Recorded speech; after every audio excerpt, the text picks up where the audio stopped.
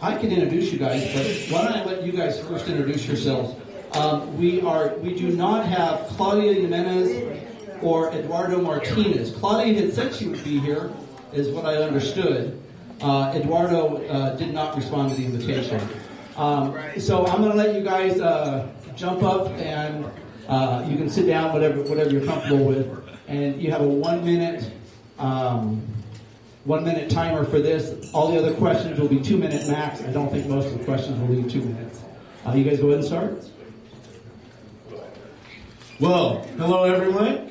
My name is Demnlus Johnson III, and I am your candidate for mayor here in the great city of Richmond, California. I am a fourth-generation Richmond resident, a former Richmond City Council member, as well as former vice mayor of the city of Richmond. I have a bachelor's degree in communications from Howard University, a master's in public policy from UC Berkeley's Goldman School of Public Policy, and I'm running to be mayor so we can increase housing here in the city of Richmond, economic development, public safety, and health. While we really hope to have your support at the June 2nd primary, I know some of you may already have your ballots at home, sitting on the kitchen counter and table. When you get there, make sure you mark Demnlus Johnson III, throw it on the ballot, but first in your heart. Thank you.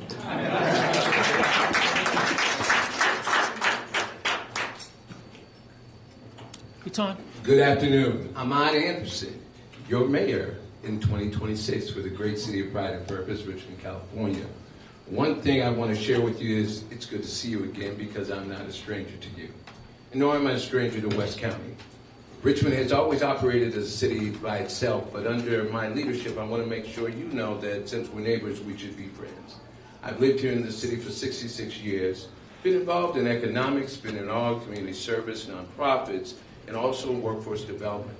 But one thing I know is that I should operate as your leader, listening to the people and make sure the people's voice is heard and that our collective actions matter. In June 2nd of 2026, I'm aiming to be your next mayor of the city of Richmond. Remember, it's you, us together. Your voice and our actions matter. Thank you.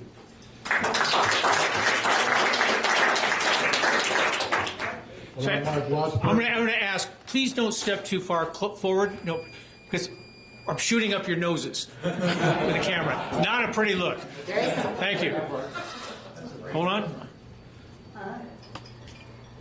All right. I'm Mark Wassberg, running for mayor. I went to Richmond High School, and I worked factories, worked in refineries, became an auto technician, and I've been in Richmond all my life. I've been to San Pablo, I've been to Richmond. I know what Richmond needs. They don't need a government they have right now. You know, people talk about, oh, I have a degree in this, and I belong to this community. It's all about me serving you, because I represent you people. And hopefully I can win your trust by putting me in office to do the right thing.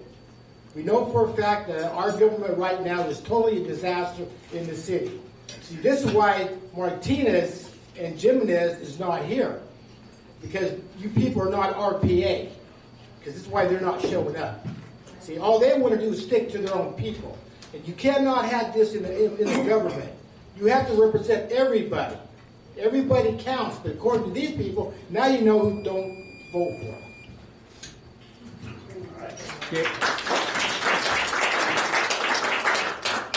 Thank you all. And because I'm a rookie, I'm going to back up just a little bit. I had meant to point out that I'm not really going to be a moderator, mostly a question reader.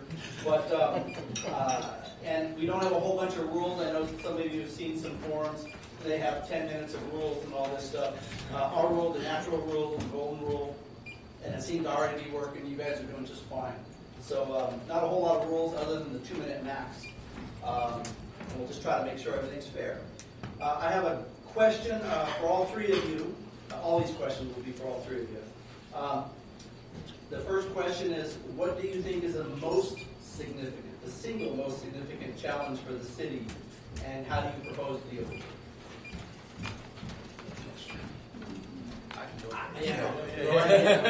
Let you guys kind of do it however works out. Yes, I would say, well, the most single significant issue in the city of Richmond is our internal structure. We have to clean house internally, and that is going to improve how we attack our pension obligations. It's going to improve our permitting process. It's going to improve the quality of life once we get our employees on the right track. I keep saying within my first 100 days, we're going to have a few come to Jesus meetings where we review all of the things that are taking place and we really get things back on track. We need to put in some performance measures. We need weekly reports from employees. What have you been doing? What do you plan to do next week? What are some issues that you've run into? We have to get back to good governance. And then we can begin to tackle some of the larger issues that we see in the city of Richmond. But none of these things are going to be tackled until we have a well-oiled machine. I can't stand to see an organization in disarray. And right now, City Hall is in disarray. Not just the planning department, the finance department, our parks and rec, our community services department. Internally, we can't get quality of life off the ground. We can't improve housing. We can't improve any of these things until we make sure that our shop is running tip-top. Thank you.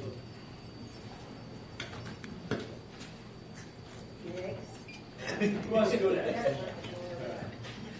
So very similar to Mr. Johnson, but as an HR administrator for over 30 years, one of the things you look at is why do people leave the city of Richmond that work for us? It's not because of the city itself, but it's because how it's managed. I think what's important is looking at the infrastructure and seeing what people are doing and not doing. We had city managers who have left here because they've not been able to work with the council. But you had council and leadership that's not understood what it means to not only have a relationship with business, but take care of the business at hand. One of the first things you do, I think it takes a look at what is on the table. What has been asked to be done, what hasn't been done. Look at who's been leading that leadership. In Public Works right now, we have a retention issue. We just lost another assistant director in Public Works.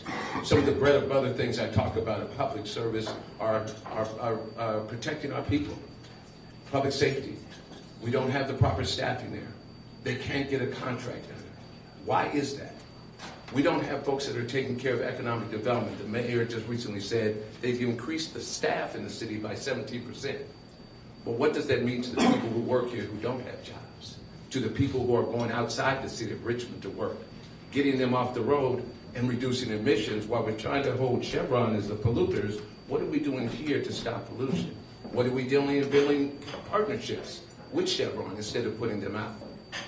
Looking at the departments, looking at the leadership, having the conversations with an HR person does. In this case, I won't be the HR leader, I'll be the CEO.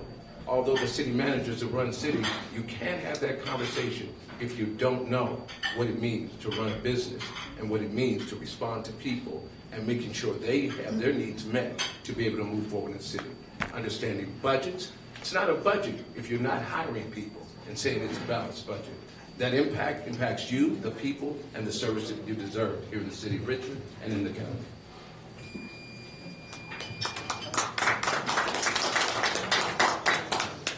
The problem is the city council. Right now, they're in investigation by the district attorney because they defunded the police. I mean, this has got to be the most dumbest thing that could ever happen to a city. Because they don't like the police. They'd rather have these social workers go out and take care of these people on a 911 call. I mean, this is totally ridiculous. And now they want to close down Chevron. They're getting all this money from Chevron. They're still backing out these Chevron. They want to close down Chevron. They say, well, Chevron has to give people asthma. They're the great polluter. It doesn't matter if you close down Chevron or not. You're still going to have pollutants coming from all the other countries and all the areas. The bottom line is we need a new government here in Richmond. You cannot have a government that's going to go and preach hate and violence against the world like Eduardo Martinez did when he went to Chicago, praising up for Hamas, praising up for every terrorist organization there is. You don't do that in government. That is not what our government is about. We salute the flag, right? We support the Constitution. Right now, the city council do not support the Constitution. They want to implement their own type of government. And this is what you cannot have. Sure, everybody talks about housing. They talk about building parkways, building libraries. Oh, yeah, that's all secondary. But the main course is law enforcement, infrastructure, and fire. This is the main three reasons why we have a government, to ensure that these things are functional under constitutional law and under ordinance law. And right now, our city government is not doing that. I mean, I'm sure, hopefully, you guys have been watching the city council meetings, and you will learn a lot by watching it. Because I've been going down there, I mean, this is totally the dumbest thing I've ever seen in my entire life. The bottom line is, you know, all these things are good, but we need to get the RPA out. Don't vote for Aguado or Jimenez. Thank you, Mark. Okay, we'll try to, this next one, we'll start with Ahmad, and then we'll just keep running through each time. And the question that probably was sent in the most has to do with a little fund called the $550 million, the Chevron fund. I think it's $50 million now and $60 million for the last half per year. And the question, of course, is how would you allocate it? What are your priorities? Please make sure, if you can, specify your top priority for that money. But I know that it's not all in one thing, so you can do it the way you like. $550 million is what we talked about since the last election. It has been the tactic. It has been the lure to bring in the fish, to attract them, that we're getting this money. It's a tactic and not a strategy. Strategy is, and I'm going to take you old school, when you were going on a trip with AAA back in the day, you called AAA and said you weren't trying to get from here to Chicago and finally to New York. Tell me all the sites that you're going to see, where you want to visit, what ratings hotels have, etc. With Chevron and asking and talking about the money we were going to get, we should have been going to the people and asking them, what do you think the priorities are? Where we would impact each other in that journey, what is needed the most. The top priority, as we know, are the people who have suffered the most and the communities have suffered the most, from Point Richmond to Parkchester. But we also know it's about air quality. Air quality doesn't stop just in those communities. It also goes as far as you are sitting where you are right now. So talking about what's important from a health perspective is critical. What it should also go to is a hospital in this area, which we don't have. Hospitals and clinics that would impact the public health of this community. The real story is, the black and brown communities, the African Americans with the high asthmatic rates, well, I'm one of them. Born on South 17th Street in the city of Richmond back in 1960, I still suffer from asthma today. Unlike the knowledge that Mr. Wassberg has in not being a public health director, as my mother was for 20-some years, I know that there is a direct and indirect impact based upon the air quality in which you live in. As you hear my voice now, it's rattling, and that's allergy season. So anybody's got Sudafed, you can pass me one. The other thing would be staffing in the community to make sure that you're protected, safe, and respecting this community in the police department, and most of all, housing that goes along with economic development and workforce development that provides jobs and quality of life changes in the city. That $500 million is not going to go to the city. 2/3 of it is going to go into Wall Street and the money market. If you look at the last city council meeting, what they did, they split the money from the budget. On one hand, they got the budget over here. On the other hand, they have the $500 million. So only a fraction of that $500 million is going to go to roads and parks and bicycle roads and libraries and try to make the people happy.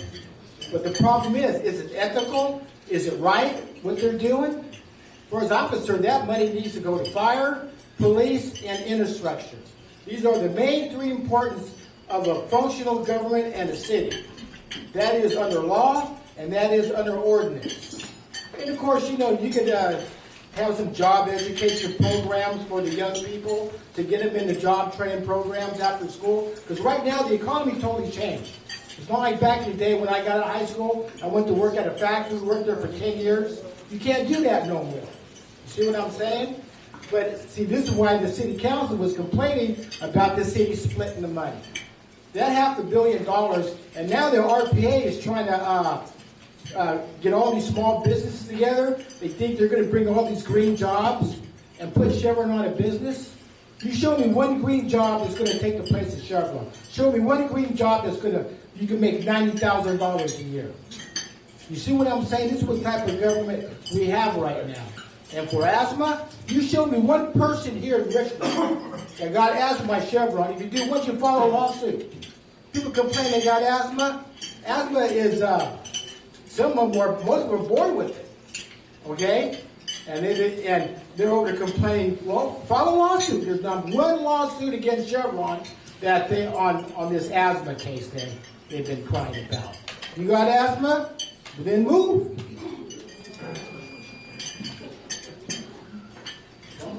All right. Please don't move. Stay. You're right.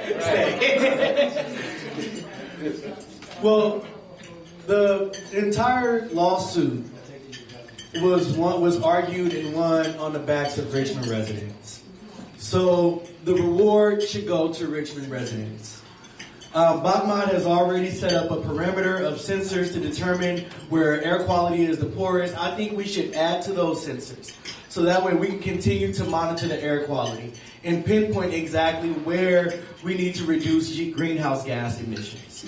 Also, we need to make sure that our environmental manager, Samantha, has real teeth. So as we discover who the real polluters are, she has something to go after them, whether that's fines or whether that's, some type of revocation of their permitting. But we have to make sure that we are solving the issue that started this problem in the first place, or we'll be right back here arguing for another $550 million in 10 years. Let's close the gap on that issue.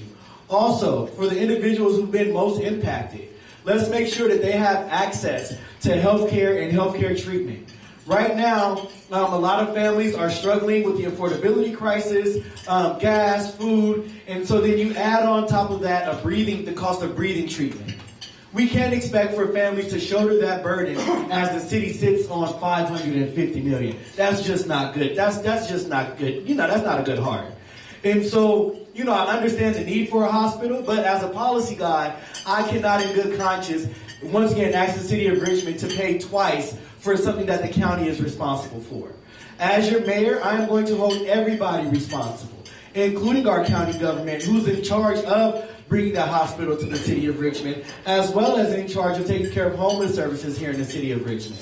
That does mean collaboration and partnership, but what it does not mean is us spending our money on things that the county is supposed to be purchasing. Also, that money is going to be used, as I mentioned, for the city of Richmond to see things actually happen. Parks, roads, infrastructure. Thank you. Wait. Thank you. Business came up just a little bit in some of the responses. What do you think is the right strategy for bringing business to Richmond?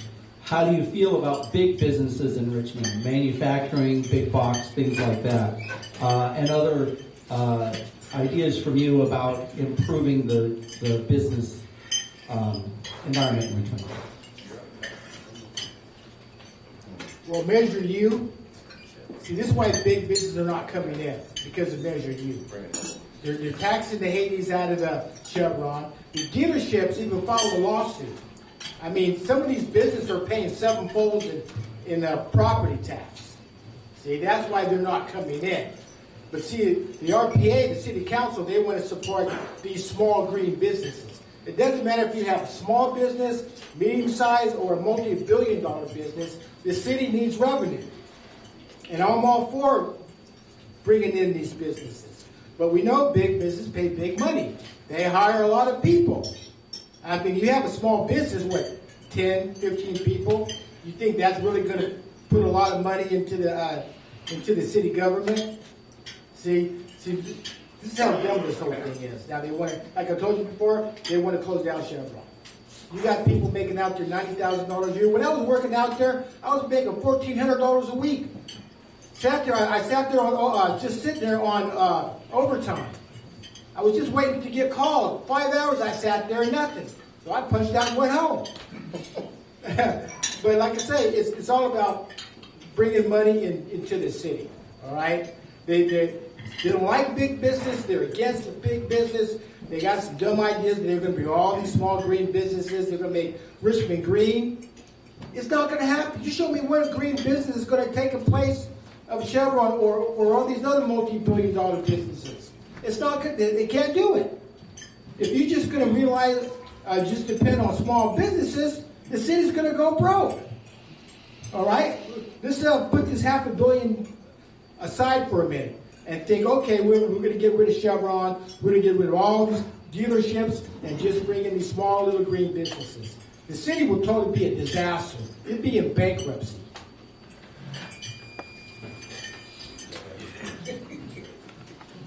Well, we always talk about economic development, but I like to connect it. Economic development not just for the sake of economic development for the sake of increasing the city's revenue streams. The city of Richmond has 3 primary sources of revenue, not only but primary: business tax, property tax, and utility user tax. I always say with utility user tax, with the switch over to streaming, maybe we can get Netflix or Hulu to open up a studio here in the city of Richmond, and that's how we can get that money on the back end.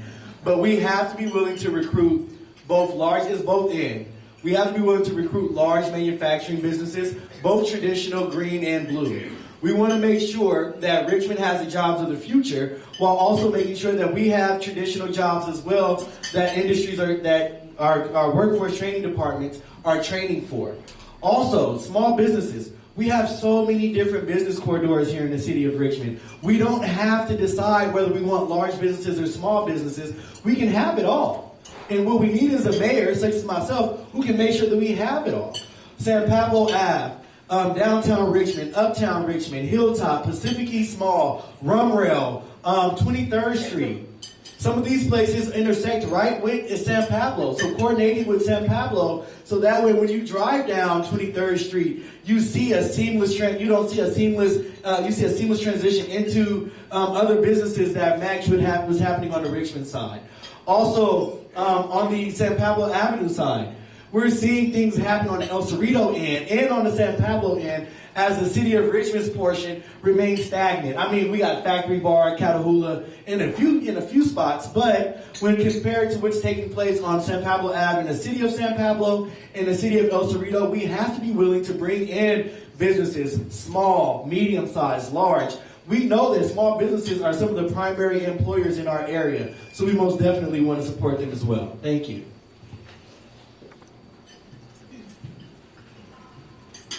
One of the things that we lack here is a brand ambassador. The brand ambassador would be your mayor, working with your city to talk about what's needed to make the entree to the city of Richmond around business. One is taking care of public safety. Folks don't want to come here if they don't feel safe, respected, and secure in bringing their businesses here. Or the fact that folks will not come to their business. When you talk about the city of Richmond and tell people you live in Richmond, they say, where do you live? So dangerous. But your brand ambassador is supposed to speak up and step up and use the Measure U money that was supposed to brand what was supposed to be used for, brand the businesses here, support the businesses here, advocate for the businesses here, whether they're large or small. As someone who used to be on the Economic Development Commission as the chair, as someone who used to be the workforce planning supervisor for UPS, and an experienced HR person for 30 years, when you talk about business, you talk about tax revenue. But as you bring companies here, they want to know, are your schools good? We need to make sure that our schools are supported where we can as a liaison program, to make sure our kids are educated and trained to workforce development programs, whether it be from AI to healthcare to buildings and trades, and even when it goes to talking about nursing, that we work with our Contra Costa County, our Contra Costa College. Those are the things we need to think about. Not only advocating with it, but networking. Networking with the Economic Development Agency for the East Bay. Bringing Stephen Bader back here as he was when not only Demnlus was the liaison for the City Council, but Brandon Evans was also on the Economic Development Commission. They had cut that off. But yet they talk about what they want to do, but they never show you what they should do. Bringing back business provides not only just economic money, but workforce development. Folks want to know, if you bring AI here, they've been telling you there's 700 jobs. But are we qualified to do that? We have about 3 schools. DeAnne's is probably ready. Kennedy is getting close. And I know Richmond High is getting closer to be able to providing those. We need those kind of leadership people in place that not only proved it, but demonstrated we can expand the economic development by a variety of different industries.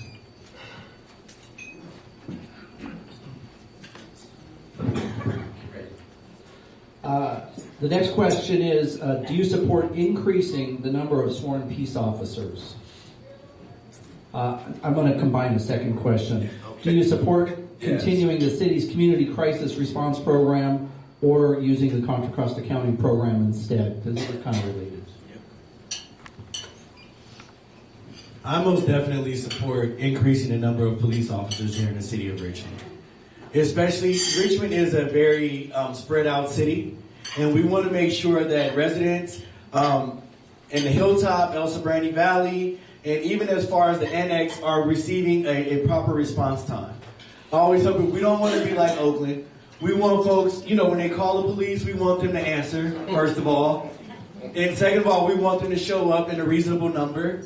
And we want them to follow up with meaningful information from what has taken place. And so with that, we don't have enough. And I know right now a lot of council members and the mayor are celebrating, we've hit minimum staffing. Well, in the city of Richmond, when I'm your mayor, we're going to be done celebrating the bare minimum. And we're going to get back to having a fully funded police department. We're even going to explore extending, opening back up our substations. So that way individuals can have a place where they can go in their community and make reports. Also, in regards to the second question, which was? County, yes. Yeah, county. As I mentioned before, I'm a policy guy, policy nerd, as a lot of people know. And I also work for the county. And I saw how fast they respond to homeless encampments. I saw the work that they do with cities and how they form city-specific teams. So contrary to what the current council and the mayor says, the county provides excellent services when it comes to helping with the unhoused. They're actually tasked by the state. I always tell people, the city doing county jobs is like neighborhood councils doing the city's job. It makes no sense. They don't have the funding and they don't have the infrastructure. So yes, I believe that there should be, that we should contract with the county. We should work with the county. That way they can have access to county health. They can have access to county beds. The county has thank you. More rooms than us. That's it. Well, you got to figure out why the police would get funded in the first place. And why we have these social workers going out there. Matter of fact, we all remember the BLM rioting, burning down America in 2020. Get rid of the police. Bring in social workers. We didn't want the police. We hate the police. Police were being assassinated. The police was your enemy. This is what the Richmond City Council supported. They had a big on the sign on the street. Support BLM. Support the rioting. Support burning down America. This is why you have no police.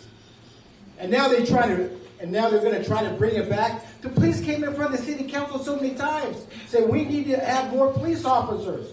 I called 911. It came 5 hours later. I got in a big argument with the cops. I told them, get out of here.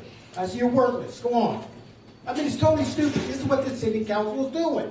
And for these social workers, you never heard anything that before the BLM rioting, right? When it was burning down America, you never heard about defunding the police or bringing these social workers in there. See, this is one way to get rid of the cops. You can't do it. Less cops, more crime. For me, if I have to sue my own city to bring back the police to staff, I will. But the only problem is people don't want to be cops because of what happened on the rioting. Think about it. Go back and look at 2020. Go back to even our own government. The Democratic Party was against the cops. They even wanted to assassinate Trump. Go back and look at all the news articles. If I'm mayor, this is not going to happen. I guarantee you right now, I'm not going to have the city council sitting there defunding the police. This is why they don't want to be cops, because they're scared of losing their jobs, right?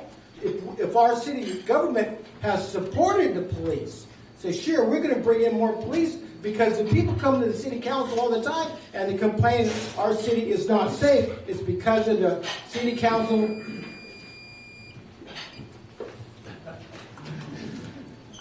I'm not sure where Mr. Wassberg's lived in America, but defunding the police has been an issue for a long time. But most importantly, respect of the police for the community that they work in has been number one. It wasn't because Black Lives Matter, because I stand here because Black Lives Matter, so does Mr. Johnson. Black Lives Matter is the reason why we were able to sit in this room together in the diverse community that we have here in West County. Police need to understand not only to respect, protect the community, but respect is number one. Learning the trauma that has taken place in this community has been an issue for a long time. So understand the training they need to go through. You don't need to live in the city, but you do need to understand what we had here, the Cowboys in the city of Richmond. when we were sued for the lack of training, cultural awareness. Understand what redlining did to community and housing and jobs to send black and brown folks out of here, and just not black and brown folks, but even white folks that live below the poverty line. We need to understand what the importance is and how public safety impacts economic development, but workforce development. We need to understand that it is a relationship instead of being adversarial with your police department, working with your police department. It also means that you don't celebrate, oh, we just have 8 or 9 or 10 murders in the city. Because most of those murders are taking place in the Iron Triangle. They're taking place in central Richmond. They're taking place in Parchester, North Richmond. There are other crimes like human trafficking. There's other crimes like we know in all of our counties here. Vehicles being stolen, break-ins, packages being stolen. That's just not a city of Richmond. It's a West County issue, a county issue. But more importantly, the county piece, social service is important. People need help around mental health. Police are not capable, but they do have the support, and they've been able to do that. It was only highlighted because the world was suffering from more highlight on mental health services that were required. And everything does not require a 911, but it does require support. We need to make the county do what it's supposed to do. That's why we have John Joya in office. It needs to be put forth as urgency and step up right now to take care of that. Well, you got good service. He's the only one. Quick question, raise your hand if you support flock cameras. Good. Okay, we got it all. License plates reader. I don't care the brand. Go get them. Yeah. If you commit a crime, you got to do the time, but you need folks to investigate. Yeah, okay, we got a good, or we got a clean slate on that one. The next question, everything from the Whirly Crane to Rigger's Loft to Red Oak, the point of Port of Richmond, the whole Craneway, the whole thing. I think it's all really one big question. What's your vision for it? What would you do with it? We keep talking here, but we've been hearing these questions for such a long time. But it's just interesting. But thank you for the question. No, yeah, we appreciate it because we do understand that different forums, different audiences. Yeah. Well, what we need in Richmond, I always talk about a nightlife and entertainment district coming to the city of Richmond to help improve economic development. We can also do with a convention district here in the city of Richmond. The Craneway originally got its start by having trade shows and conventions there, and it was really kicking. And I think we need to bring those back. Also with the concerts. There's a famous hip-hop concert taking place this weekend. I didn't even know they knew where the Craneway was. So to see that, I'm like, we can really build on that. And then also as we recruit to bring more jobs to the port, we want to make sure that we're utilizing city property to bring in those manufacturing jobs. But then also, let's add to the Craneway. Let's make sure that we have more attractions down there so that way people are getting on that ferry and coming from San Francisco to the city of Richmond. Also, we want to make sure that we are financially responsible. I know one of the biggest reasons why the city didn't want, why those who voted against taking on the Craneway was because of all of the financial burden that was there. And the financial burden came about because of the lack of oversight over our current contract. As someone who reads all of the city contracts, documents, and policies, you can believe that when it comes to oversight, I will be on top of all of that. The city actually is in a very good position to make a deal with the Craneway because of the deferred maintenance. But because individuals are not as skillful in the art of negotiating, or making, even just working across the aisle with individuals such as Eddie Orton and the individuals at the Craneway, a lot of what you're seeing is just a bunch of back and forth. But once I'm elected, I promise you, you're not only going to see action at the Craneway, but the entire port area. Thank you. Well, the Red Oak and the Craneway help us win the war, right? If it wasn't for them, we'd be speaking Japanese or German, right? We all know that.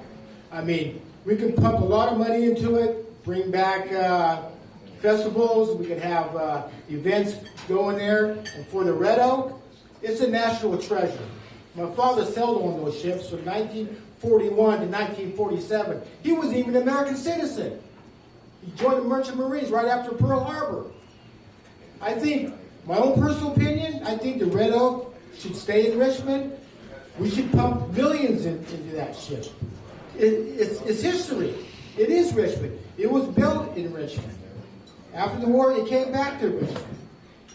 So, I mean, the city council, they don't want to pump no money into it. There was complaint about $350,000 giving money to the ship. And they're spending millions on a bunch of illegal immigrants, giving all this money to nonprofits, which is not going to even do anything. But like I say, it all supports what America's all about.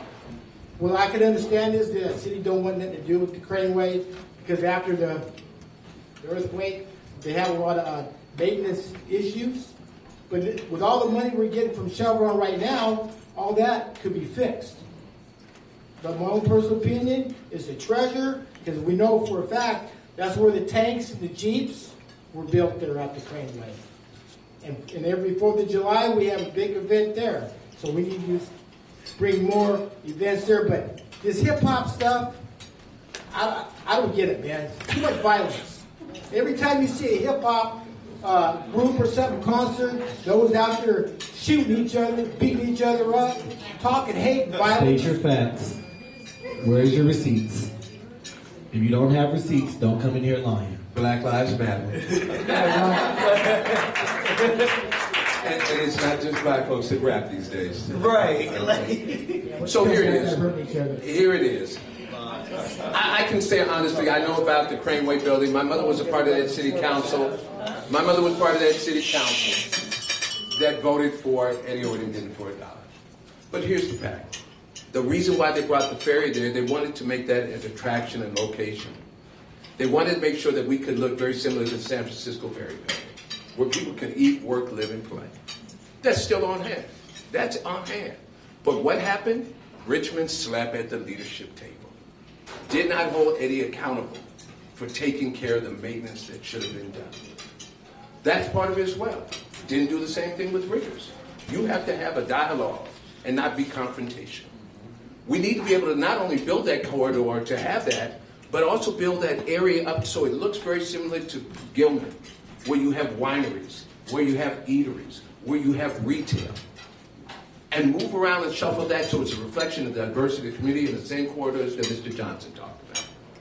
In addition to that, we need to be looking at how we can move to Point Melody in such a way that it's not just sitting there where park rangers charge you $5 to park and you just walk around the park. Make that look like this Presidio, where you have the immersion type of experience, where you can touch and learn the history. Make it so it leads you to not only back to the ferry building where we could have it, the Craneway, but also to Rosie the River there, where we have it, Rosie the River there.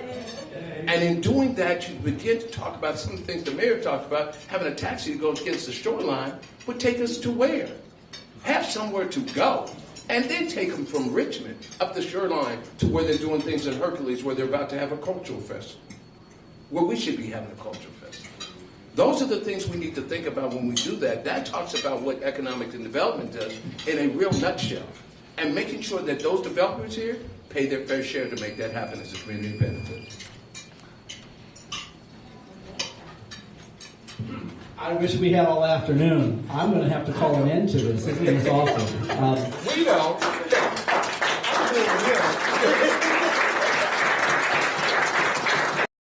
Mark Wassberg, Ahmad Anderson, Demnlus Johnson, you heard from them. I'm sure they'll be happy to chat with you afterward if you want to find out more about their campaign, whether you want to campaign for them or against them. They'll still talk to you one way or the other. So you go up and talk to them and get more questions and more information. I'm sure all the candidates here today will happily give you a card that gives you direction to get to their campaign media.